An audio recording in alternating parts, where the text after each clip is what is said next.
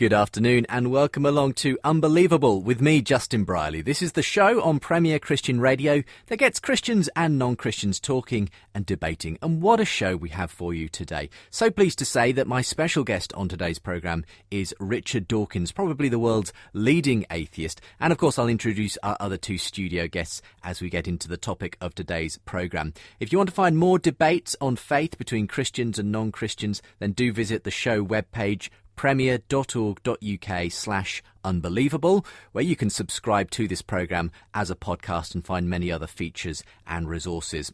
Well, today our topic is the Bible, especially the Old Testament. A new series on Channel 5 began last weekend, continues tonight, Saturday the 7th of December. It's the Bible TV series. And before I tell you exactly what we're discussing on today's programme, let's hear a taster of what that series is all about. He has promised descendants as numerous as the stars. Let my people go. We obey the law. Anything is possible. Though I walk in the valley of the shadow of death, I am your king. God is bringing disaster from Babylon. I will make them bow.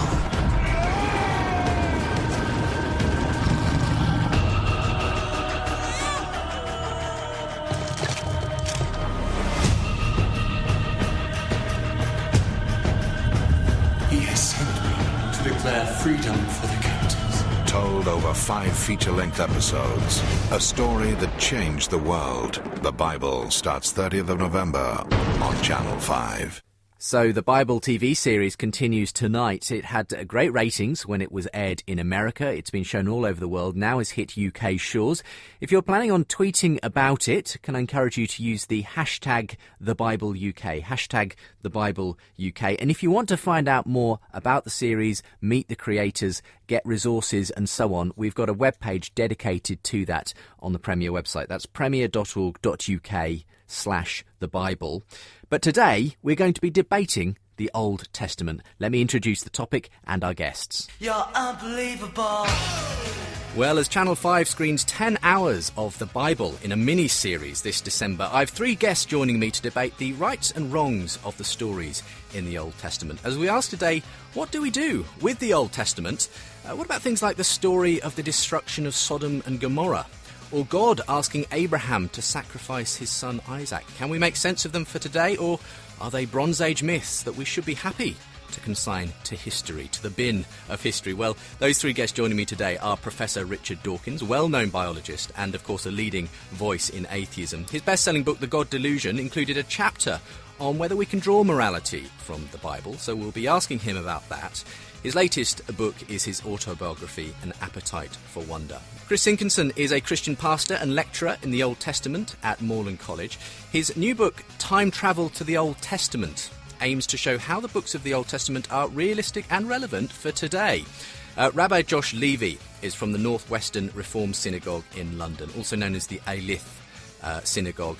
He's part of Reformed Judaism as a movement and is an occasional speaker and commentator on radio and TV. And worth saying, for the record, as if you're listening to this on a Saturday afternoon, we are pre-recording today's programme, and so there are no Sabbath rules being broken in order for Josh to join us on the programme today.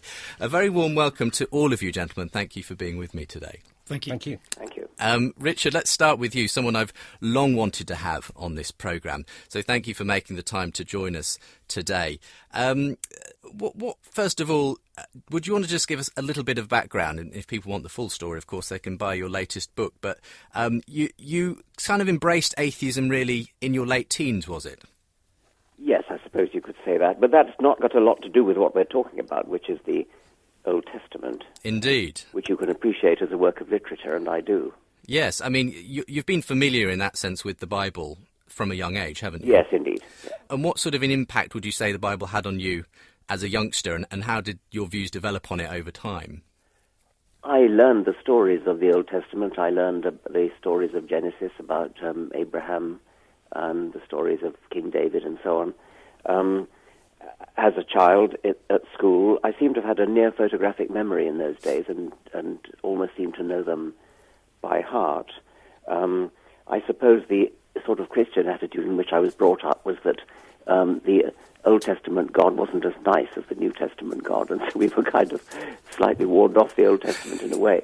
But I love the books as literature in the King James translation. I of course can't read the Hebrew, and I have no time for modern translations, which seem to me to lose the poetry. So you can appreciate, as it were, especially in the King James translation, that there is a beauty of sorts to aspects of the Bible. There's certainly beauty in the English. I'm aware that the books that made it into the canon are pretty arbitrary collection, and not to be treated with actually much more reverence than many of the other books that didn't make it into the canon. Well, something we could certainly open up in the course of the discussion today. Now, I understand you haven't had a chance to watch it, but throughout December, Channel 5 is airing a mini-series, in fact 10 hours altogether, of Bible stories. What do you think about that? Do you welcome people becoming familiar again with those Old Testament stories and so on? Yes, I haven't seen the programme, as you say. I will make a point of watching it in future. I do welcome it in the sense that it's a part of our literary heritage in this country, indeed in our English language. And you can't appreciate English literature without being familiar with some of the phrases, indeed many of the phrases. I think in The God Delusion I had a couple of pages solidly packed with phrases from the Bible which are familiar, proverbial, and you can't really take your allusions without them. Many people are probably not aware of the fact that they do come from the Bible, many of them from the Old Testament. So you encourage people to be familiar with the Bible, even though you obviously don't necessarily agree with all of the contents therein? Yes, I do. I encourage people to be familiar with the Bible for literary and historic reasons. You also, of course, can't understand history unless you are familiar with the religious tradition of our country and other European countries. OK, well, thank you for joining us on the programme today, and we're going to be getting into some of the issues that you outlined, several years ago now in The God Delusion, when you spoke about some of the moral issues, especially in the Old Testament in Scripture. Two other guests joining me in studio today to discuss this whole area. Rabbi Josh Levy is from the Northwestern Reform Synagogue. Josh, thank you for joining me today. Pleasure. It's great to have you on. A little bit of background to yourself. You grew up within Judaism. Absolutely. I've grown up in progressive Judaism my whole life and have been working at Aelith, which is one of the largest synagogues in the country, for the last 5 years. Progressive Judaism is a liberal religious movement, so we are engaged with Scripture and with text very deeply, but also believe in progressive revelation. And obviously we're going to talk a little about how you reconcile those two things as we go forward. And the branch, if you like, of Judaism that you come from is as opposed to Orthodox Judaism. If you want to just briefly explain the difference. Sure. So the fundamental difference between Orthodoxy and progressive Judaism is in their understanding of the origin of Torah, the origin of the Old Testament, and particularly the 5 books of Moses. So Judaism classically has had a principle called Torah min hashamayim, that the Torah is from heaven. And that principle came to form much of what's modern-day Judaism. Clearly, with Enlightenment, we came to understand that the Torah needs to be read, the Old Testament needs to be read in a different way. And progressive Judaism has responded to those discoveries about text and has kind of begun to think differently theologically and in practice about what it is to be Jewish in the modern world. Chris Sinkinson, finally, thank you for joining us again in studio today. You're over at Moorland College down near Bournemouth. Tell us a little bit about what you do there. Well, in terms of relevance to this show, I teach Old Testament, and I encourage students to wrestle with the text, including the problem passages, and to try and preach and teach and use it in ministry. So I'm a fan of the Old Testament, and actually I found that very helpful, what Richard was sharing in terms of the value of the Old Testament as literature. I think that is a very useful kind of starting point. And clearly, as a Christian, I would add to that I come to the Old Testament through Jesus Christ, so it's my understanding of Jesus that informs how I read the text.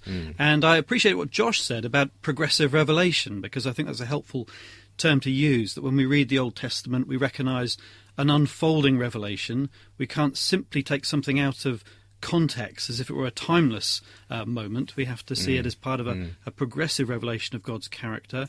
And as a Christian, it's through Christ that I interpret the Old Testament. So that's how I understand this progressive revelation heading towards him, which is, of course, important, I think, for me, because it may be during our discussion together we'll focus on what are sometimes called the terror texts in the Old Testament. And the Bible TV series, I think, began with a disclaimer when the first episode aired, saying that this programme contains violence, viewers' discretion advised, which, of course, our Bibles could have on the front. I think Richard might encourage that to be an advisory comment at the front of our Bibles. I watched on demand. I had to tick a box that said I was over 16 to be allowed to be in relationship with the Old Testament. So, so just to say on these terror texts that...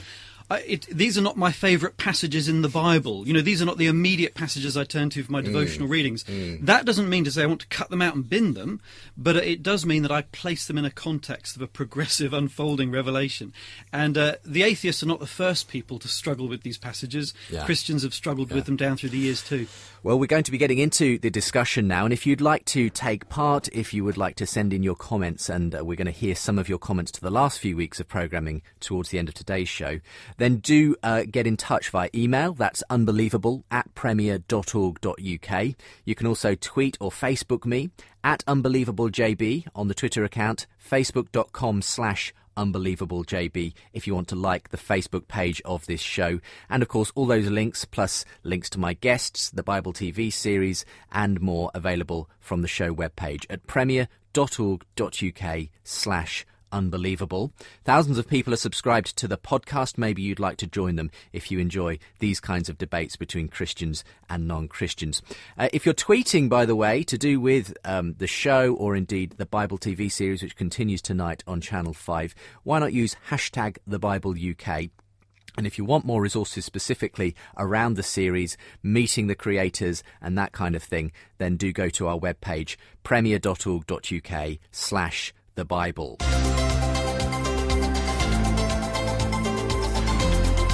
Unbelievable with Justin Brierley. And we're asking today, what do we do with the Old Testament? Is it historical? What do we do with the morality of some of those Old Testament stories? Professor Richard Dawkins, my special guest on the line today, a well-known biologist and leading atheist. Chris Sinkinson is a Christian pastor and lecturer in the Old Testament. And Rabbi Josh Levy is a Reform rabbi from the Northwestern Reform Synagogue known as Alith. Coming back to you then, Richard, how do you take the Old Testament? Do you believe that it is essentially mainly fictional sort of literature? I'd be surprised if very much of it was factual. The early parts of it, the Pentateuch is clearly the Jewish foundational myth. It includes the creation myths and the sort of myths of the origin of the Jewish people. I understand from archaeological friends there's almost no factual content in it. There certainly isn't any factual content in the scientific parts, in the bits about creation of the world and the universe and so on. And I suspect there's rather little factual content in the stories of Abraham, of the exile in Egypt, of the escape from Egypt, the Egyptian plagues and so on. So it is a collection of myths. They happen to be Jewish myths. Some of them are inherited from earlier peoples like the Sumerians. As myths, they are fascinating. I mean, myths all around the world are fascinating. All three of us happen to have been born into cultures which were immersed in this particular Jewish myth, as opposed to the myths of the North American Indians, or of the Chinese, or of the Indians, or South Sea Islanders, or any of the other myths, or Africans, any of the other myths that we could have been brought up in. So there is really no reason at all to be talking about the Jewish myths any more than any of the other myths around the world. All of them are anthropologically interesting, but that's it. You're looking a bit pensive there, Josh, in response. Well, I mean, I can understand why Richard would say that. As a Jew, obviously, I come to those texts in a very particularistic way, which is they're my foundational myths. That is, I am necessarily in relationship with them if I am going to live as part of a Jewish religious and cultural life. So they are the foundational texts of my people. They're the formative stuff of the religious and cultural life that I lead. I mean, as it turns out, I doubt that Richard and I will disagree very much on issues of historicity.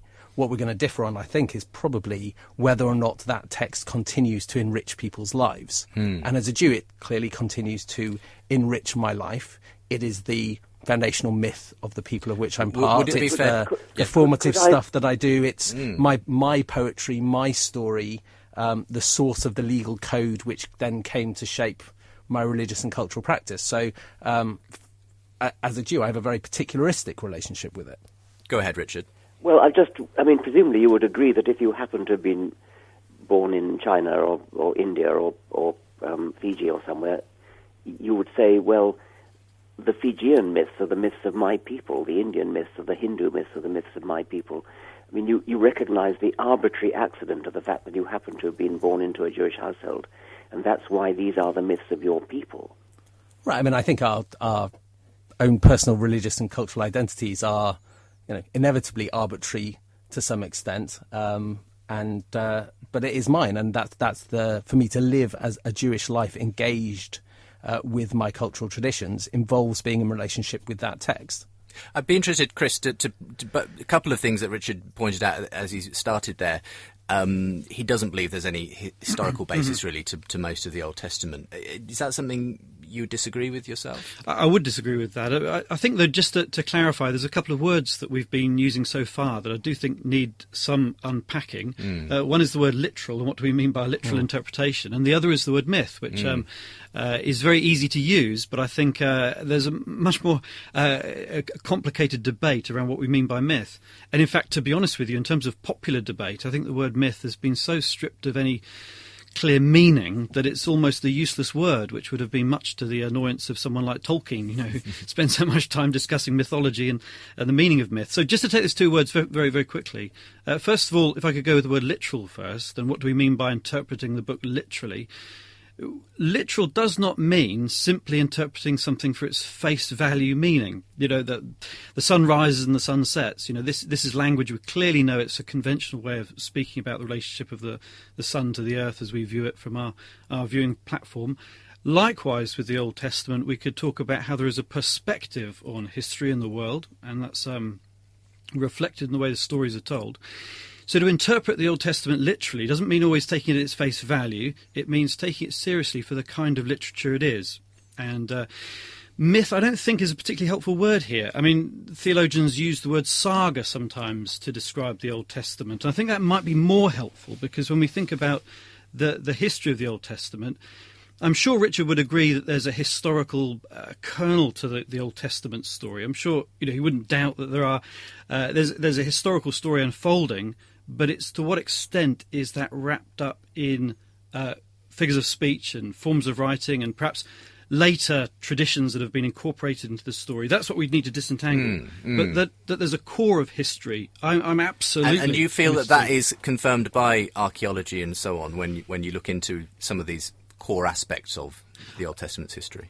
I do. I've been involved in an archaeological dig in Israel and for a couple of seasons, and what I'm aware of, I don't know which friends Richard was talking to at Oxford, but there really is a wide open debate here. I mean, you'll have archaeology doesn't provide a discipline where things are coming up from the ground date stamped. I mean, until you get to coins anyway. They're not date stamped with a record of who said what to who.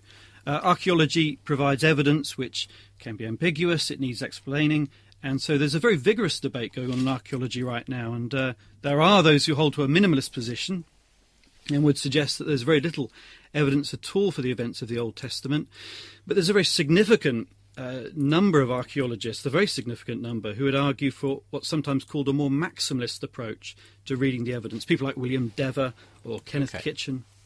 Sorry, I mean, do you disagree with that? Well, I don't disagree with that. I mean, I do think we need to be very careful about two things. One is, perhaps the really fundamental question is whether historicity matters, whether actually... No, this is not a history book. That's not its function. It's not a science book. It is a people's grappling with their identity, their story, their experience of the world around them, that then came to inform other people's doing of that same thing. So for me, as it happens, deeply unconcerned with historicity. That doesn't bother me Okay. at all. I do think we need to recognise also that the Old Testament is not a unity, that there are different books within it doing different things. Clearly, there are points in the sort of pseudo-historical books at which the Old Testament is describing events that we know took place, because we have evidence, we have quite a lot of it in the British Museum, which describes the event taking place.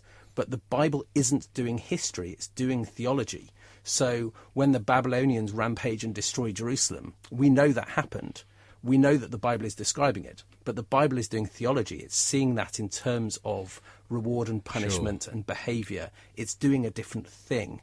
Do you, Richard, coming back to you, do you think that the Bible has, the Old Testament especially, any value in terms of a moral dimension that it may cast upon now you're life? changing the subject, and that's an interesting change. Well, I just wanted to, we'll cover a variety of subjects, hopefully. Yeah, I agree with Josh that historicity doesn't really matter, but I think I put it in a slightly different way. It doesn't matter because you wouldn't be bothering to ask the question about the, say, creation myths or the tribal myths of the Incas or the Aztecs.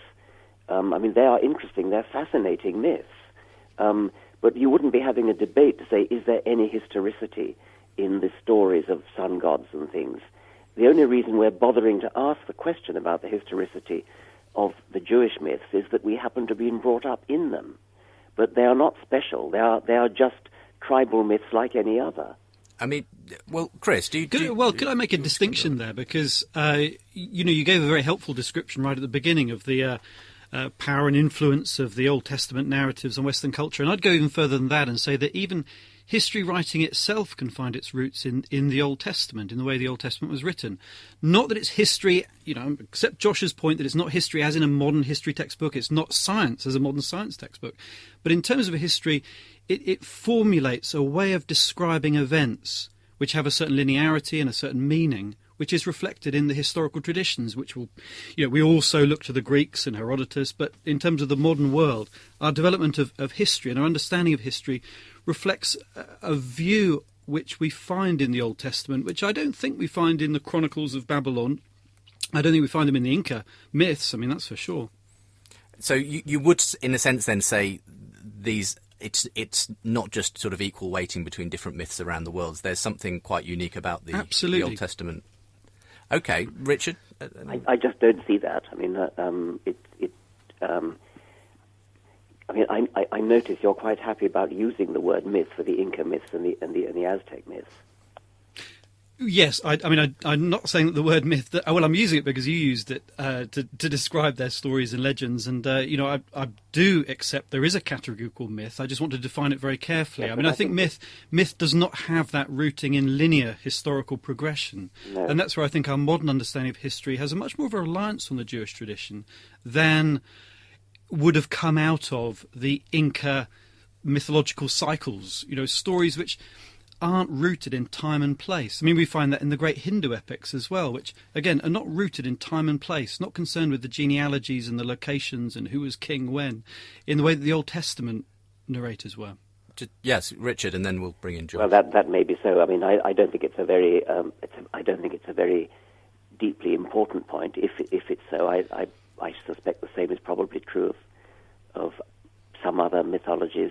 I don't want to make a big thing of it. But it's deeply important in terms of our respect for the historical processes and the development of history as a Western discipline. And that's why this is important. It's foundational for more than just the Jewish people. It's foundational in other respects. There's so much of the Old Testament which is taken to be historically... both of you gentlemen are sophisticated who don't do this, but the fact is that more than 40% of the American population think that the book of Genesis, including the six-day story of creation, is literally true.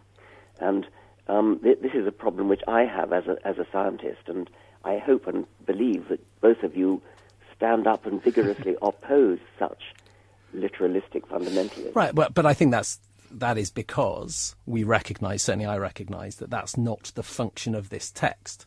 I want to step back a little bit, because I think Richard is actually asking probably one of the fundamental questions about religion, which is, why should we privilege this particular text over any other text? Exactly. What is it that gives it its enduring power, if it has any, and how do we then engage with it?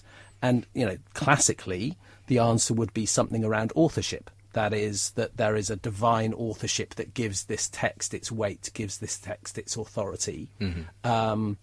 We may also say there's something in the values of that text, which something it expresses. Or it may be that very personal relationship that lots of people have ended up with that text. And then, my job as someone working in religion is to help that journey to be one which is done with integrity. Well, if I may, I will move the subject along a little bit. And there was a very famous, long sort of description of God, the Old Testament God, in the God Delusion. Richard, and I'm sure you know what I'm about to mention. You described the God of the Old Testament, you said, is arguably the most unpleasant character in all fiction, jealous and proud of it, a petty, unjust, unforgiving control freak, a vindictive, bloodthirsty ethnic cleanser, a misogynistic, homophobic, racist, infanticidal, genocidal, filicidal, pestilential, megalomaniacal, sadomasochistic, capriciously malevolent bully. Quite a mouthful. Do you still stand by that description of the God of the Old Testament that yes, you do. gave? I was accused of anti-Semitism by the recent chief rabbi, Jonathan Sachs. I don't know why he thought it was anti-Semitic. It's anti-God. But I mean, that of course refers to what's been called here the terror passages, and the terror passages are taken literally by some, particularly American theologians, and many people do actually believe, as I think it was Josh was recently saying, that the Bible is authored by God, and God in those terror passages, which are not negligible in the Old Testament, they're actually quite prominent, is a horrifically unpleasant character. There's no getting away from that. Okay. As you mentioned, the former Chief Rabbi Lord Sachs said that he thought it was a profoundly anti-Semitic passage in the God Delusion. Why do you differ from him on that? He suggested that you were continuing a strain in certain anti-Semitic thinking that was essentially about saying, well, we've got a better God in the New Testament than in the Old Testament and so on. I don't think we've got a better God in the New Testament. I think there's something exceedingly unpleasant in the fundamental Christian doctrine of atonement, of the idea of God being unable to forgive our sins unless he tortured his son, alias himself, in the first place. And that's a revolting doctrine, actually. In some ways, it's worse than anything in the Old Testament. But that wasn't the point. When I said the God of the Old Testament, I simply meant the God of the Old Testament. What Rabbi Sachs heard was the God of the Jews, which of course is true. But that wasn't why I was singling it out. I was singling it out because the terror passages are literally horrible. Well, it's probably not something we'll have time to address on today's programme, unfortunately, though I'm sure Chris Hinkinson, our Christian guest today, would take a different view on that. We're going to a short break, and we're going to keep talking about the Old Testament morality. What about the story of Sodom and Gomorrah? Or Abraham nearly sacrificing Isaac. Don't forget, you can also get in touch. We're going to give out the ways to get in touch again at the end of the next section. My guests today are Richard Dawkins, Chris Hinkinson and Rabbi Josh Levy. We're talking about the Bible TV series. You can find out more about it and resources at premier.org.uk/the Bible. And you can find this programme and links to my guests at premier.org.uk/unbelievable. We'll be back in a moment's time. Are we the products of chance or intention? Does the cosmos leave space for God? Does Darwin dispense with God? Does the human mind reflect a mind behind the universe? Exploring the God Question is a new 6-part DVD study series investigating a major talking point of our time, science and God. Some of the world's best scientists and philosophers arguing from both sides of the debate with open, frank and rigorous discussion and fascinating results. Exploring the God Question is designed for individual or small group study as well as for schools and public presentation. To order and find out more, visit thegodquestion.tv/explore. Explore the search for truth.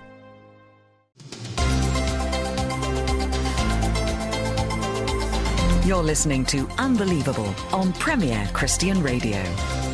Welcome back to the show with me, Justin Briley. Today, a rabbi, a Christian and an atheist. Yes, it sounds like the beginning of a joke, but they're joining me in studio and on the line. We're debating the historicity and morality of the Old Testament as Channel 5 screened the Bible TV series throughout December. It was phenomenally successful in the USA. How will it fare on UK shores? Well, there's loads more info, resources, interviews at premier.org.uk/the Bible. If you are planning on watching the second episode tonight on Channel 5 or catching up with the first episode, do tweet what you think about it, #TheBibleUK. Would love to hear your thoughts as well via email, unbelievable@premier.org.uk, and you can interact with the show via our Twitter and Facebook account, @UnbelievableJB if you're a Twitter user, facebook.com/unbelievablejb to like the page. All those links and more, links to my guests, links to the series and so on from the show page of Unbelievable. That's premier.org.uk/unbelievable. So my guests today are Professor Richard Dawkins, a well-known biologist and probably the leading atheist voice in the world. His best-selling book, The God Delusion, included a chapter on whether we can draw morality from the Bible. That's what we're talking about today. And Chris Sinkinson is a Christian pastor, a lecturer in the Old Testament at Moorlands College in Bournemouth.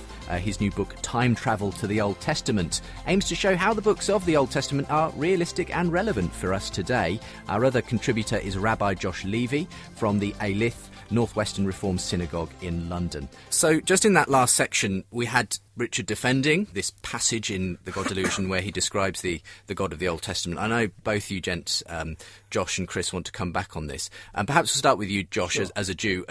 Did you sort of get where the former Chief Rabbi Lord Sachs was coming from in saying that? For what it's worth, I didn't read that as being remotely anti-Semitic. I read The God Delusion like lots of people involved in liberal religion did, because actually we're grappling with the same issues that Richard is grappling with. I was irritated by bits of it, I enjoyed bits of it, I was offended by none of it. What I was concerned about was how simplistic that line is, because what it fails to recognise is that the Bible, and particularly the Old Testament, is not univocal. It has a number of different texts within it, and it has a number of different versions of how we can understand God within it. Inevitably, because it's a product of different people and different times grappling with those very issues. So the vindictive God whom Richard describes is one version. I think we maybe want to argue about the use of the word vindictive. But, there is also a deeply, deeply ethical God who 3,000 years ago is saying to the Israelites, you have to care about the vulnerable in your society, you have to do your business honestly, you have to look after your workers, you have to care about the immigrant who comes into your society. So to only describe the God of the Old Testament in that way, I think is actually just simplistic and doesn't help us to really engage with the Old Testament as a whole. Richard, any response? Yeah, I accept that, of course. It was a passage that it was semi-tongue-in-cheek, actually, because, when I do public readings of my books, I do it with my wife, and we usually try to get a laugh from the audience early on in our performance, because it sort of lightens up the atmosphere. And that passage we always used when doing the God Delusion readings right at the beginning, because it does get the audience roaring with laughter, and it sort of puts the audience in a friendly mood simply because they laugh. So there was a sort of, I think I went on to describe a story of Randolph Churchill, who had a similar reaction. He'd never actually read the Bible before, and he was challenged by Evelyn Waugh and a brother officer during the war to read the Bible. And he kept on exclaiming how horrified he was by God. And so it was a sort of humorous passage, and I do accept that if you look through either the Old Testament or the New Testament, you can certainly find passages of wisdom, passages that one would ethically approve of, tucked in amongst the others that one wouldn't ethically approve of. I suppose I spend a lot of time in America, and I'm very conscious that the bulk of my audience, the audience, not the bulk of them, but the audience that I'm really trying to reach, is largely an American audience. And I presume that both Chris and Josh know how many people in America actually do take the Bible literally. And you have to read the God delusion through that filter, that I'm actually aiming it, at least partly, at those people in America who are my enemies as a scientist, who are actually subverting scientific education in a very serious way. So in a sense, I wasn't trying to irritate nice, decent liberal theologians like Chris and John. Well, I mean, can I come in on this one, Richard? I would say straight away that I'm not offended at all. And it's certainly with my friends, with other Christians, I would want to defend to the hill your right to crack jokes. And, I'm not one for blasphemy myself, but I certainly think that we need to have the tolerance and freedom in society to allow this kind of sometimes knockabout stuff. I think that is perfectly legitimate. And so I think to start being offended by it, I think there's a kind of political correctness in our society that's very dangerous, actually, because it can prevent us from having frank and open discussion. The problem, though, I think, and Josh touched on it by talking about the simplification that's going on here, is that, Richard, you are very good with rhetoric. You have a very powerful mastery of the English language. And that rhetoric can be very bullying sometimes. And I think the way in which that passage is put, again, I'm not, don't worry, I'm not saying that I'm offended or you take the passage out. I'm not suggesting that. But in terms of the passage, it's clearly a very slanted view of how to read the text of the Old Testament. I mean, most of us would take the clearer passages to interpret the harder passages. We would be talking about Leviticus 19, love your neighbour as yourself, before we're looking at the destruction of Sodom and Gomorrah. So, we would have an approach to Scripture that would weight things in such a way that description of God just does not sound like the God who I believe in or the God who I worship. So the rhetoric, I think, can generate a lot more heat than it does light. That's probably fair, yes. Okay. It's being terribly reasonable. We are. Sorry, very ruining reasonable this discussion. Yes, I need more fireworks, everyone, if you don't mind. Let's talk about some of these so-called terror passages, though. And they were right there on our screens on Saturday night on the first episode of the Bible. And I think we often forget the fact that there are some pretty interesting episodes. Now, you certainly bring up a couple of these in The God Delusion, Richard. Let's talk about Sodom and Gomorrah, for instance. Now, that is the story in Genesis, I think it's chapter 19, in which Lot has angelic visitors and the townspeople come and they demand that they essentially rape these visitors that he has with them. And he tells them not to do that. He essentially offers his daughters instead. But then there is sort of an intervention by God, and Lot and so on escape. Fire and brimstone rain down on Sodom and Gomorrah. Now, Richard, for you, is this an example of a sort of morally repugnant story in the Old Testament? I would only want to say something like that if there were anybody who took their morals from the Old Testament. And if you take your morals from the Old Testament, then that is a repugnant story, as are some of the other ones. But I hope you don't take your morals from the Old Testament. There are people in America who do. And those are the people that I need to call their attention to stories like the story of Sodom and Gomorrah and of Lot offering. Well, now, you say they take... I mean, I don't personally... I know quite a few evangelical Christians in America, but I don't know any that base their morality on this story, for instance. But how do they decide which stories to base their morality on? Mm-hmm. It's all very well saying love your neighbour as yourself is good, or the Sermon on the Mount is good, Sodom and Gomorrah is horrid. But when you decide which of those stories to base your morals on, you're not using biblical methods in order to do your deciding. You're using the methods of a modern moralist, which all four of us are, not at in all, order to Richard. pick out the good verses from the bad. I think Chris Sinkinson wants to come in here. Sorry, Richard. I would be using normal methods of interpretation where we look at the genre and we ask, what is the passage doing? What is a book doing? What is the context doing? And in particular, is it prescriptive or is it descriptive? Now, Leviticus 19, I think, is giving prescriptions. We still need to interpret them in terms of their time and place in the ancient Near Eastern worldview. But there are prescriptions there I need to deal with and find the principles from which I can learn. With the Sodom and Gomorrah story, it is a descriptive passage that is appalling. And to try and base any morals on the Sodom and Gomorrah story, I wouldn't even know where to begin, because I don't think it's that kind of literature. I don't think it's giving us a prescription for life. In fact, actually, Richard, if I may, I think you make a great comment on the Sodom and Gomorrah story and the behaviour of Lot, because you reflect on Lot in the God delusion. And then your summary sentence, I think, is very perceptive. You say, if this dysfunctional family was the best that Sodom had to offer by way of morals, some might begin to feel a certain sympathy with God and his judicial brimstone. Well, Rabbi Dawkins, I mean, I think I'm very happy with that gloss. Well, okay. But I still worry about people who I know you're not one of them, but that there are people who think the Bible is literally true. There are people in America, many of them, who want to have the Ten Commandments hung up in courthouses, contrary to the Constitution. And although you can find a decent commandment among the 10, thou shalt not kill, thou shalt not covet thy neighbor, etc., most of them you wouldn't actually want to base your life on. And yet there are people, I know you're not among them, but there are people who do think that we should derive our morals from the Ten Commandments, from the Old Testament. What do you think about basing our morality on the Ten Commandments then, Josh?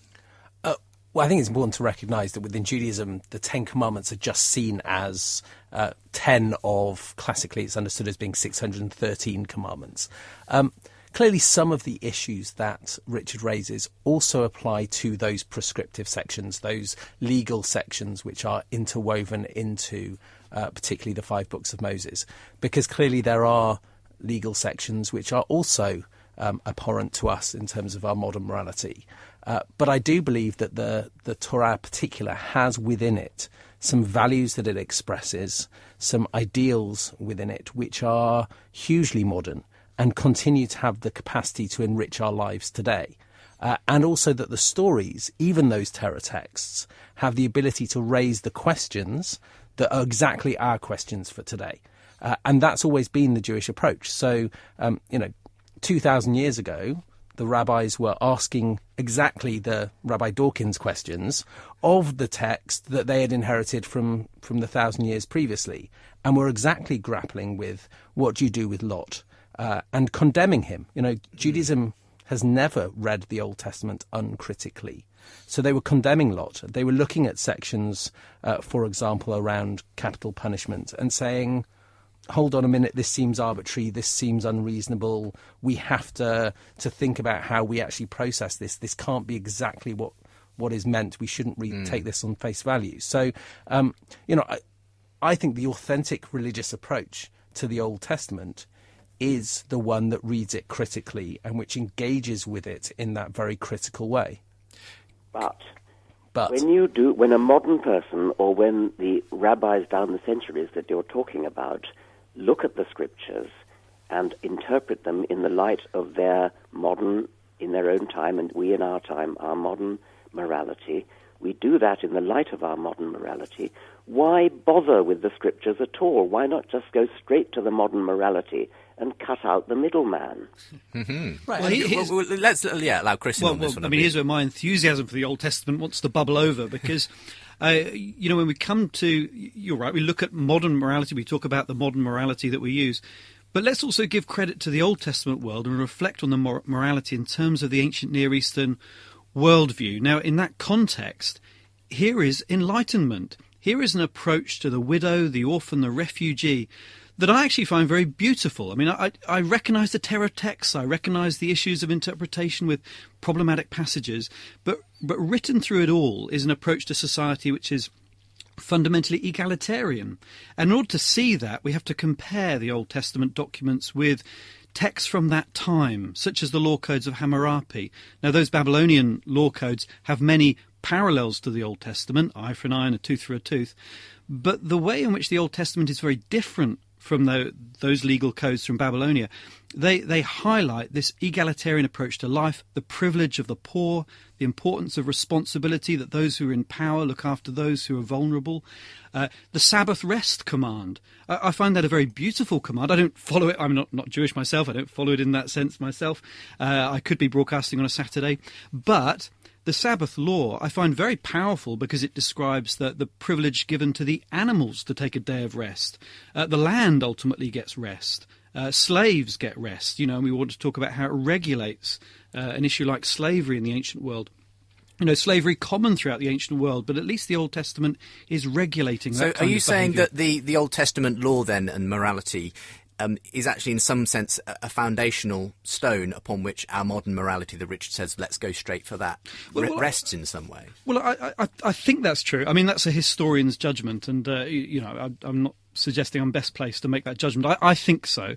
But I'm more saying, look, let's enjoy the power of the Old Testament and read it in its own light, read it in the context of the ancient Near East and what was going on in the ancient world. Let's not be anachronistic about it and read it in terms of a modern context where, for example, we have a well-developed prison system where we wouldn't need to depend on the death penalty in the way they did in the ancient world. But let's go back to the ancient world where they didn't have those privileges and benefits that we have today and see, well, actually, in the context of the ancient world, this is an enlightened text. I mean, there is the challenge, though, which is a very real challenge for us as moderns engaging with religion and with those ancient texts, which is on what grounds can we and should we privilege one particular part of the text over another? And that's a very real question. Of course, it is the nature of our struggle, right? And I think what Richard speaks to, and I'm very pleased that he does, is that religion is not simple. And it shouldn't be simplistic. And those really difficult parts of the text, we have to work out how we deal with them. And it is very, it's very easy to say, there are bits of the text which are progressive for their time. And they were incredibly. Or to say that there are values underpinning some of the Old Testament texts which are modern and have real resonance for us today. And of course there are. But we're also told that we need to stone our rebellious son.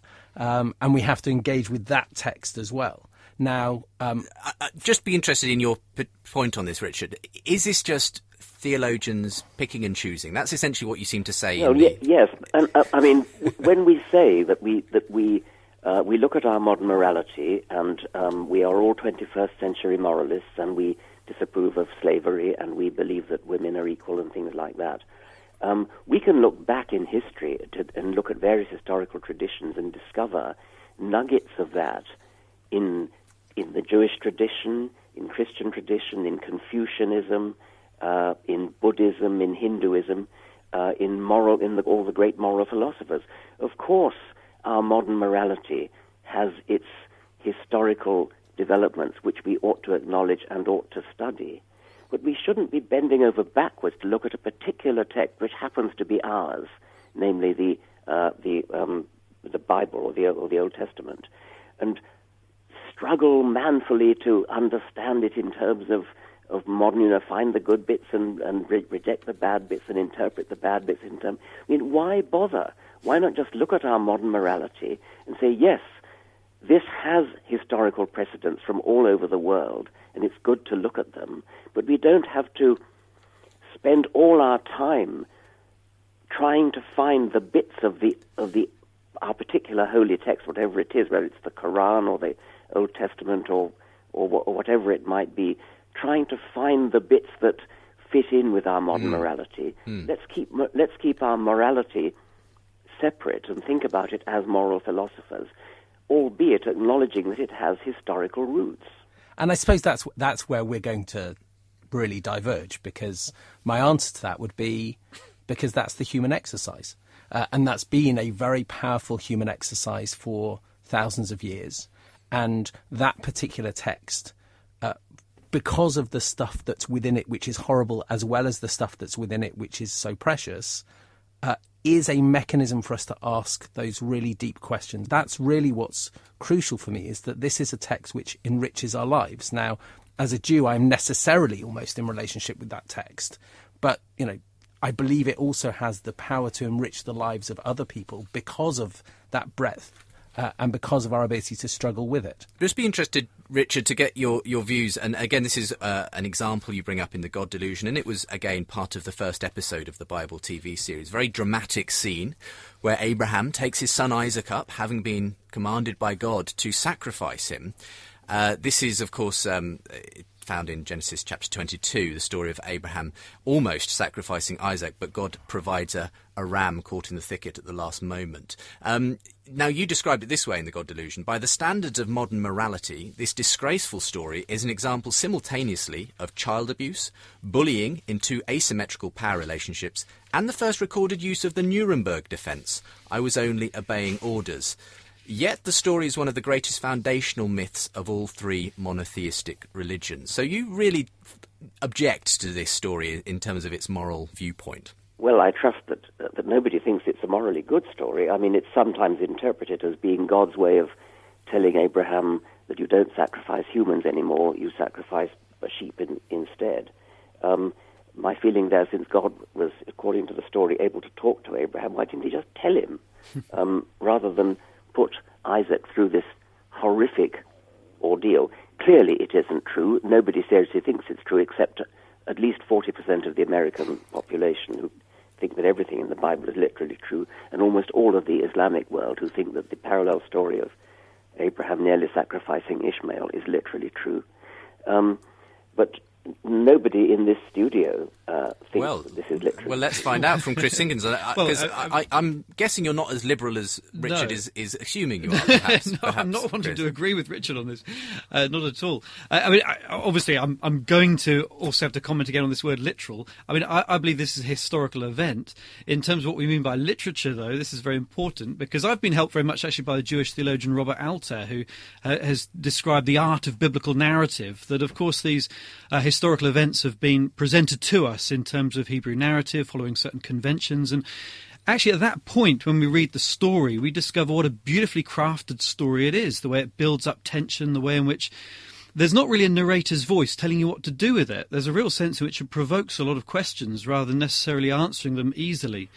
But that it's a historical event behind it, I'm not quite sure why you would want to dismiss that. I mean, obviously, if we didn't have the Book of Genesis, we're not going to have an archaeological dig that will discover the remains of the altar. I mean, it's quite fair that there's no way of confirming this from outside of the text of Genesis. But I don't see any reason to dispute its historical reality. I don't know why it would be included if it weren't. But really, that's neither here nor there. In terms of the story itself, this is a story which I think is taken as the end of child sacrifice for the Israelite people. And yet that's surprising, because in the ancient Near East, child sacrifice, human sacrifice was common. It was practiced in among the surrounding peoples. And of course, Abraham had to learn, who is this God he was following? What kind of God? Is it another God that wants the sacrifice of children? You say God may have just told him that, but I don't think life is as simple as that. Sometimes we need to learn lessons, and of course we can't simply lift that story out of a context that at least claims to be nearly 4,000 years ago and suggest it could happen today. Not for one moment would I want to condone anybody who suggests that God would tell them to do an evil, wicked thing today. But in its context, when these things were not known, God was progressively revealing his character. And this next stage in the Genesis account is to understand that this God that Abraham worshipped is not the kind of God who would request or require the sacrifice of a child. Be interested in your response to that, Richard. Obviously, Chris painting that this is actually, rather than being a horrific story, rather a good picture of the words God. Fail me. I mean, there you have the theological mind in all its glory. Well, thank you. I take it that's not a compliment on your part, Richard. It's not a compliment. I'm actually rather shocked that you even consider the possibility that it happened. I thought that what progressive theologians did was to say that these things are symbolic. They're moral stories, a bit like Aesop's fables. Okay, but why would you say that one is symbolic? And not, say, a later story regarding King Hezekiah? You just said that it's neither here nor there whether it happened. You said what really matters. Well, for our conversation, it's a powerful story which drove home the moral that, unlike the surrounding peoples of Canaan, the Jews should stop sacrificing children, and so it's a moral tale like an Aesop's fable. Nobody actually thinks that Aesop's can it not be both and? Well, that would be my point. Can it not be both and? I mean, I've no question that there's a moral to the story, but that the story can be true as well in other senses with a historical kernel to it. That I can't see why we have to choose. You think God actually told Abraham to sacrifice his son and then reprieved him at the last. It's described very briefly in the Genesis account, so I can't tell you all the details about how that may have happened, but it's based on a historical event. I mean, can't you agree that there's no reason why it couldn't be based on a historical event? Of course, if you don't believe in God, you're not going to believe that God spoke to Abraham. It may be based on a historical event, in which case it's shocking. Okay, but at least we're just agreeing that to say that we can treat it as a tale with a moral doesn't mean it can't be based in real history. No, but I mean, I was charitably giving you the benefit of the doubt. I don't want that charity. Once again, I think we're sort of being driven off the really important question here. So, as I say, I'm largely indifferent to questions of historicity. What we do have here is a narrative which is incredibly, incredibly rich. So Chris has referred to the literary nature of the work, and we know that many of the biblical narratives are extraordinarily crafted narratives, using wordplay and playing with time and leaving questions open. And this is a really fabulous piece of literature, particularly in the original. But it's also rich morally as well. So I think, where I would disagree with either of you is to say there is a moral to this story. There are multiple morals to this story. The Old Testament, certainly the Torah, is not there to tell us what we're supposed to think in these sorts of places. It's there to raise a whole bunch of questions for us that we then have to grapple with if we're going to live well in the world. Now, there are other ways of asking those questions, but the Old Testament's a really good one. Well, we're going to have to go to a quick break. We'll get final thoughts from our guests, Richard Dawkins, Rabbi Josh Levy and Chris Sinkinson, as we conclude today's programme. If you want to get in touch yourself, if you want to subscribe to the podcast of Unbelievable, where we have a weekly debate between Christians and non-Christians, sometimes between Christians of different views, then premier.org.uk/unbelievable is the place to go. And if you want to find out more about the Bible TV series, go to our resource page on that, premier.org.uk/the Bible. So I'll be back in a moment, continuing to tell you what else is coming up on today's show, as well as wrapping up this conversation with my guests on the historicity and morality of the Old Testament. The church is facing a crisis of confidence. Should Christians still believe in the Bible? Can we have confidence in God? And does He have confidence in us? At Spring Harvest next Easter, discover why you can answer these questions yes, yes, and yes. Spring Harvest will challenge your thinking. It'll feed your mind and your spirit. Top Bible scholars will give substance to your confidence in God and His Word. Find out more about Spring Harvest online. Sponsors of the Bible series on Channel 5. Good afternoon. Welcome back to the third and final part of Unbelievable with me, Justin Briley, the place where Christians and non-Christians get together to talk every week here on Premier Christian Radio. It's part of a wider range of programming every Saturday afternoon called Faith Explored. And later on today, between 4 and 5, I'm going to be chatting to Roma Downey, the actress who is one half of the husband and wife team behind the Bible TV series. So that's worth hanging on for in the profile interview between 4 and 5 this afternoon, straight after this programme. Next week here on Unbelievable, we're also continuing the biblical theme, shifting to the New Testament. We've got a debate where Reza Aslan, author of Zealot, a best-selling book claiming that Jesus was in fact a political agitator, not the peace-loving Messiah of the Gospels. Well, he's joining me, and he's going to be in debate with New Testament scholar Anthony Ledon, who believes Aslan has really gone off-piste as far as he's concerned concerning the historical Jesus. That's going to be a really feisty debate next week. Come back for that. Same time, same place here on Premier Christian Radio, or indeed online at premier.org.uk/unbelievable. And, of course, we're going to be hearing some of your responses a little later on in today's programme to last week's show. Fabulous intelligent design debate between the leading intelligent design proponent in the world, Stephen Meyer, about his new book, Darwin's Doubt. And that was with evolutionary biologist Charles Marshall of the University of California in Berkeley. So we'll hear some of your feedback to that. Later on as well, going to be telling you how you can get a hand on one of these copies of Chris Sinkinson's book, Time Travel to the Old Testament. Got 5 copies to give away. So listen out for the question a little later on. Plus, we've already talked about the issue of Abraham and Isaac. Why would God ask Abraham to sacrifice his only son, Isaac? Well, I asked the same question to New Testament historian N.T. Wright, and we'll hear how he responds to that question a little bit later on in today's show, as well as your responses after I asked you about it on Twitter this last week. That's all to come here on the programme. Time now, though, to conclude our discussion on the Old Testament. If you want more info and resources all about it, go to premier.org.uk/thebible. You're listening to Unbelievable on Premier Christian Radio. Well, just as we wrap up today's conversation, thanks again to Professor Richard Dawkins, Chris Sinkinson and Rabbi Josh Levy, who have been with me on the programme today. Richard, the Old Testament then, you can recognise obviously that there is some value to some of the, the language and the storytelling, in particular as you've appreciated it in the King James Version. But as far as it applying to today, do you believe that there is simply a disconnect? We need to leave this behind. Why can't we just be moral without reference to these ancient stories? Yes, I certainly think that. I agree with my colleagues that it's very rich. It's fable, it's myth. It shares that with the Greek myths, with myths from all over the world. Many of them do have moral meaning for the cultures in which they grew up. I repeat the point that it's entirely arbitrary that we happen to be talking about the Hebrew myth because that's what all four of us are brought up in.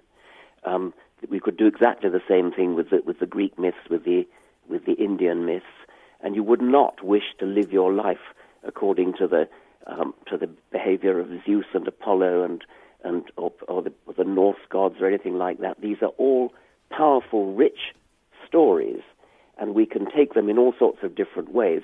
There is nothing special about the Bible just because we happen to have been brought up in its tradition.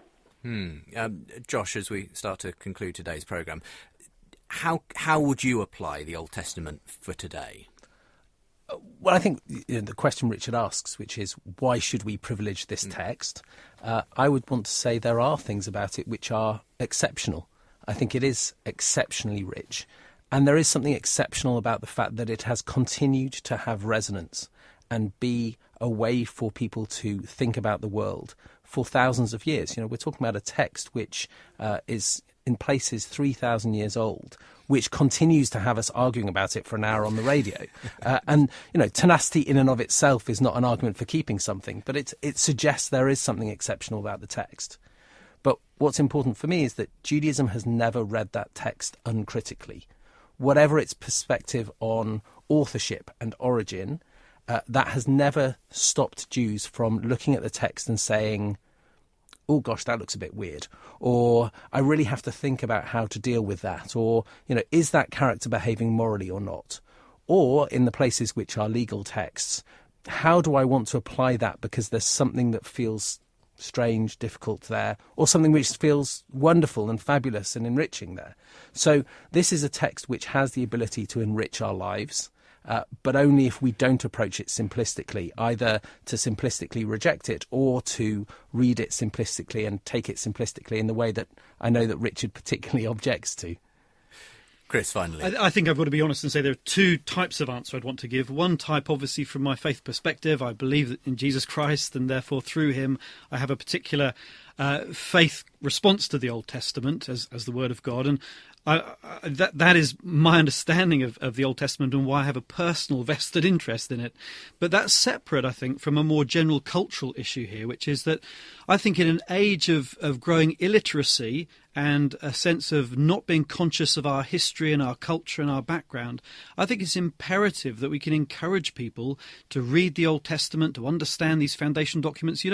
If the Inca myths and legends, if we're going to use those words so lightly, if the Inca myths and legends were the foundation documents for our society, we would be living in a very different society today.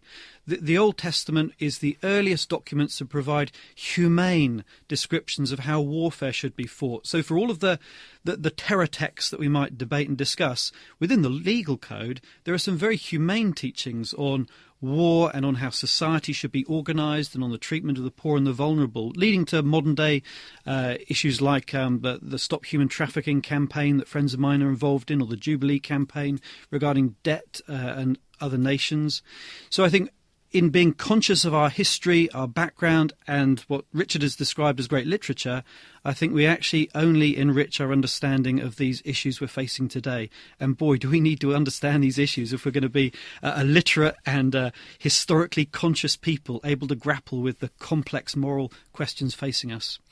Richard, thank you very much for joining us by phone today. And are you going to be trying to catch a few episodes of the Bible TV series? I certainly will, yes. Thank you. Good. Well, thank you very much for being with us today. And, of course, you can find out more about Richard Dawkins at richarddawkins.net and his latest book, An Appetite for Wonder. Links to that, of course, from today's show as well. Thank you also, Chris and Josh, for being with me on the programme today. It's been really interesting discussion. Thank you very much. Thank you. And I'm very glad to have been able to share the time with you. Well, I wonder what you thought about today's show. I'm sure you'll want to get in touch as well. Why not do that by emailing me, unbelievable@premier.org.uk. And, of course, I'm going to be giving out the other ways to get in touch with the show via Facebook and Twitter in just a moment's time.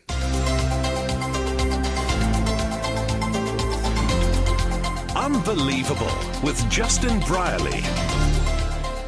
So I would be interested to hear your responses, as I say, via Twitter and Facebook as well, at UnbelievableJB, if you want to follow me on Twitter, facebook.com/UnbelievableJB to like the Facebook page, get updates on the programme and what's going on behind the scenes. And we're going to hear some of your responses via Twitter, specifically, to this whole question of the near sacrifice of Isaac by Abraham. I asked you about that this last week on Twitter. Get some of your responses to that in a moment's time. Don't forget all those links, as I mentioned, to my guests, to this programme, to the vast archive of past programmes you can find on the podcast and so on, all available from the show webpage, premier.org.uk/unbelievable. And if specifically you want resources to do with the Bible TV series currently airing on Channel 5, what better place to go than premier.org.uk/thebible.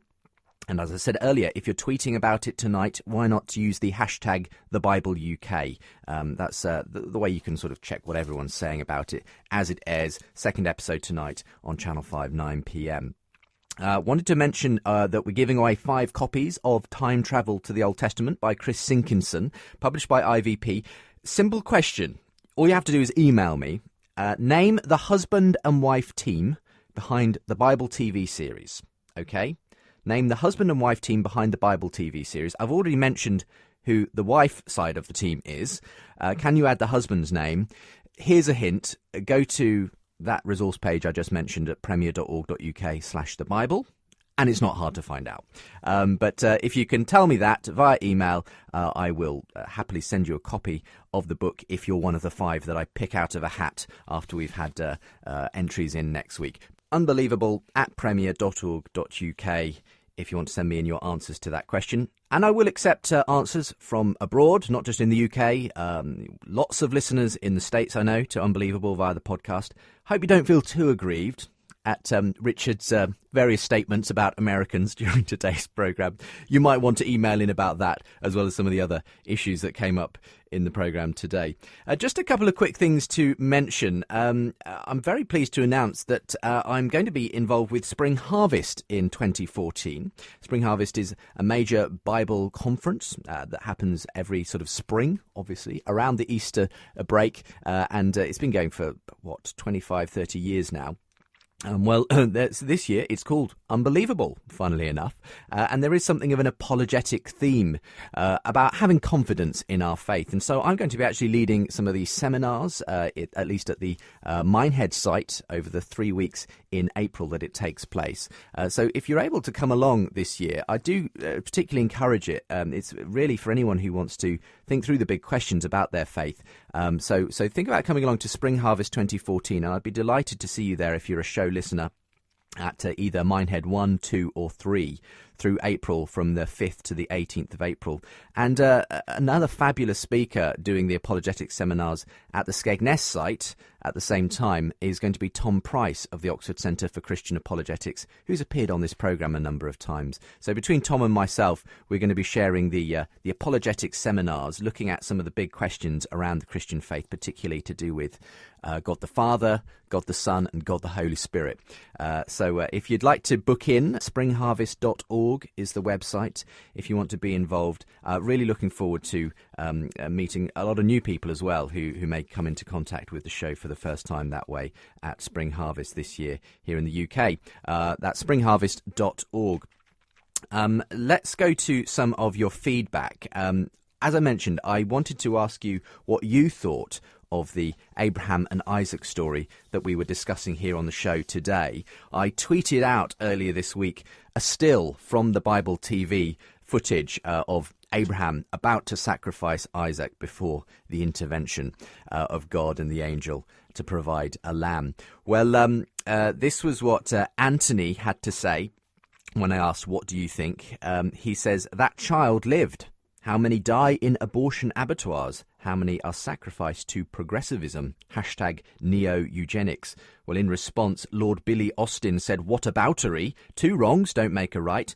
Abraham and Isaac is a bad advert for blind faith. To which Anthony came back to say, but it wasn't blind. Genesis 22 verse 5 says, I and the boy will go over there and worship and come again to you. Sam Donoghue says it's a story I would happily rip out. I've never really managed to reconcile myself to any of the explanations of it being okay. While Dave says to judge it barbaric is to rely on universal objective morality. How else can you say it is wrong? Suggesting there that if Dawkins says it's barbaric, well, by what standard is he judging things to be right or wrong? Ian Clary says God offers the ram, which is a type of Christ. The Isaac story is one of grace. Not the view of a jolly nerd who says the problem comes from God telling Abe to kill his son in the first place. Hashtag worst prank ever. Real Steve Pond, in a similarly sceptical mood, says a story about an omniscient God who, to find something out, puts a man to the test to see how he will act. John Richardson is the ugly vicar. He's not actually ugly. That's just his Twitter name. He says, depends which bits of the story one believes. If all, then that's the way God is. If none, no one was harmed. And finally, this one from John G. Anderson says, Isaac was spared to give us life in the death of Christ, and the gospel turns imagined barbarism into actual beauty. Thanks. A lot of responses to that question when I posted up that picture on Twitter the other day. As I mentioned earlier, I've also been asking N.T. Wright, who's a well-known biblical historian, some of these tough questions about the Bible. I've actually got some videos on the Unbelievable webpage if you want to go there and see him in person answering some tough questions about the Bible, both the Old and New Testament. That's at premier.org.uk/unbelievable. Well, here's how he answered that question that I asked on Twitter this week.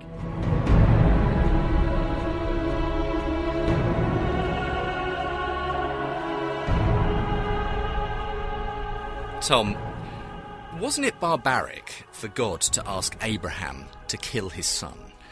Genesis 22 is one of those extraordinary, powerful and difficult chapters that whoever put the book of Genesis together knew it was powerful and difficult already.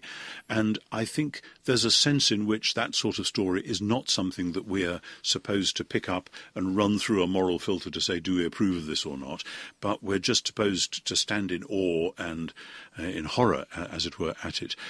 Genesis 22 doesn't stand alone. It comes after the story where Abraham has actually taken Sarah's maid Hagar, and through her he has had a first son, Ishmael. This was not clearly what God wanted him to do, and yet then how is Abraham now going to behave in relation to Hagar and Ishmael? And there seems to be almost a brutality about the way he sends them away. And yet it's clear that Isaac is the one who is to be the bearer of the promise. And so I think the Isaac story about Abraham being commanded to sacrifice Isaac is a way of getting Abraham back on track after that very sordid episode.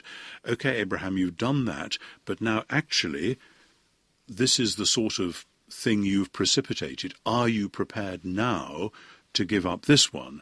And so it's a kind of a moral challenge arising out of the very murky moral situation that Abraham is in.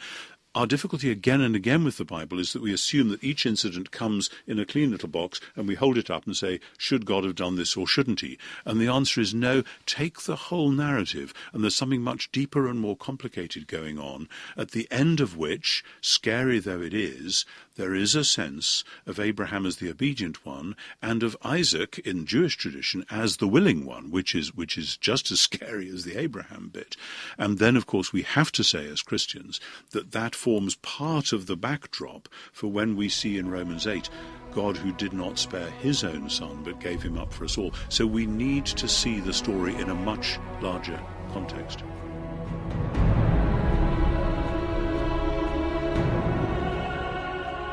N.T. Wright there giving his answer to the thorny issue of Abraham and Isaac, and the music there from the Bible TV series. Hans Zimmer is responsible for the score on the series.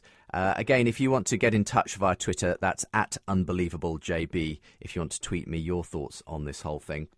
Let's go to some of your responses to the last several weeks of programming. I just wanted to pick up actually on the God Question DVD series, which we featured back, I think, in September, October time. And again, if you want to get hold of that, a really great resource on the whole area of science and faith with contributors from both sides of the perspectives and both sides of the pond as well. That's at thegodquestion.tv. Emailing in on the issue of the science and faith debate that it's raised, Steve Pond again, who we heard from on Twitter there, says, unfortunately, due to being a poorly boy, I've had a prolonged absence from work, and having time on my hands, I used it to listen to previous editions of various programmes I enjoy, such as yours. Being of a scientific bent, those are the shows I homed in on, and I've enjoyed the various topics discussed. Really enjoyed particularly the Keith Ward-Michael Roos debate, which was one of the ones that was looking at this question of consciousness in the God Question DVD series. You also want to say on the subject of the universe, the cosmos, which was the debate between John Lennox and Lawrence Krauss that was featured several weeks ago. You say, if a cosmologist was a Christian, and why shouldn't they be, what is to stop them wishing to investigate what caused our universe to come out of a state trillions of times smaller than a proton? The approach I'm taking is that I don't think many of your Christian guests would expect a Christian climatologist to posit God as the reason for a storm system or a particular environmental change. And it would be easy to provide this example for many other areas of science. But when it comes to the start of the universe, well, that all ceases. Here be dragons, etc. I'm not asking you or any of your Christian guests to change their view, but I would be interested to know if them or you would think it entirely scientific for a Christian cosmologist to look for other causes for the universe apart from God, as the climatologist would look for their storm. I ask this in the light of Genesis 1:1, but also that the Bible gives the impression of God being over the weather too. But our understanding of those weather systems today appears to cause no major crisis of faith to anyone, says Steve. Nick is a Christian emailing in, says Krauss said earlier in one of those shows that Christians uphold science until a miracle comes along and then they throw out science. Well, when he went after philosophy, it was interesting to hear him speak about the nature of nothing and then of being, while saying he's a scientist who doesn't care about philosophy. So then, is Krauss a scientist until philosophy that helps him comes along, and then he's not a scientist? You also wanted to make the point that his statement that there are no authorities in science is nonsense. If that's the case, then first off, thank you for saying I shouldn't buy your book, since I wouldn't want to take the opinion of someone who's not an authority. But even worse, since I'm a New Testament historian, does that mean there are no authorities in science, that my opinion of science is just as valid as his is? Okay, so still responses coming in to those very popular programmes on the God Question DVD. Last week was the debate between Stephen Meyer, intelligent design theorist, and Charles Marshall, an evolutionary biologist, on the book by Meyer, Darwin's Doubt. Simon in Merseyside says, particularly interesting episode about intelligent design, polite and informative. As an academic with a computer science background, ID advocates often make assertions about information that I would query. But let me focus on one particularly entertaining example from Stephen Meyer. Caveat, I have yet to read his new book. Stephen offered a safe-cracking analogy at the start of the episode. He posited a safe featuring 10 dials with 10 digits each, giving headline odds of 1 in 10 billion, calculated by multiplying the digits on each dial together. Well, this seems improbably large, but is this headline figure a true representation of how hard it is to crack a safe? We've all seen how it's done in old gangster films. The thief puts a stethoscope to the door and the first dial is turned until a click is heard. Again for the second dial, then the third, fourth, and so on. Instead of one giant leap, the safe cracking becomes a series of smaller steps, 10 problems each, with 1 in 10 odds. The total odds of cracking the safe therefore drop to 10 plus 10 plus 10 plus 10, and so on, giving us just 1 in 100. The odds are only improbable if one conveniently forgets the problems can be solved progressively. Think of it this way. While only Superman can get to the top of the Empire State Building in a single bound, mere mortals can still get to the top by using the staircase. Thank you very much. A different point of view, though, from David Kirkland, who says, thanks for the continued hard work putting on the show each week. Your recent show with Stephen Meyer and Charles Marshall was very good.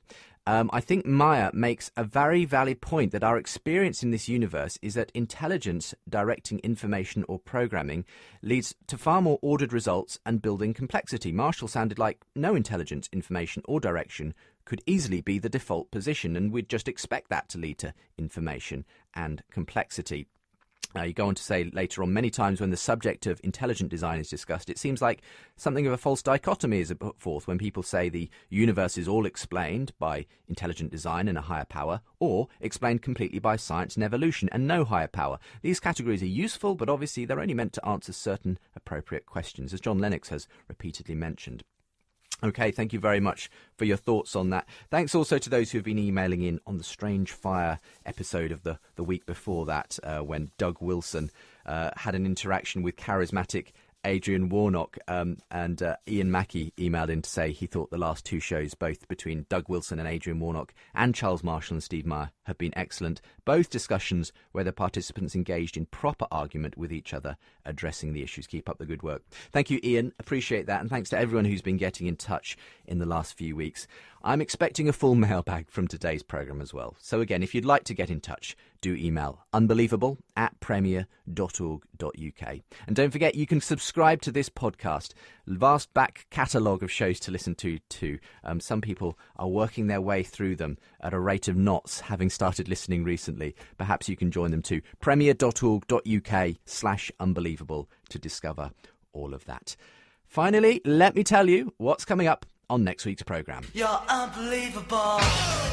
Continuing to look at the Bible, we're shifting to the New Testament, however. Reza Aslan joins me. He's the controversial author of a new book, Zealot, best-selling book too, claiming that Jesus was in fact a religious political agitator, not the peace-loving Messiah of the Gospels. He was a zealot. Well, against him is Anthony Ledon, who's a New Testament scholar from the States. They'll be having a feisty discussion next week at the same time as we continue this focus on the Bible as the Channel 5 airing of the Bible TV series continues through December. In the meantime, have a great week. Hope you can join me again at the same time next time.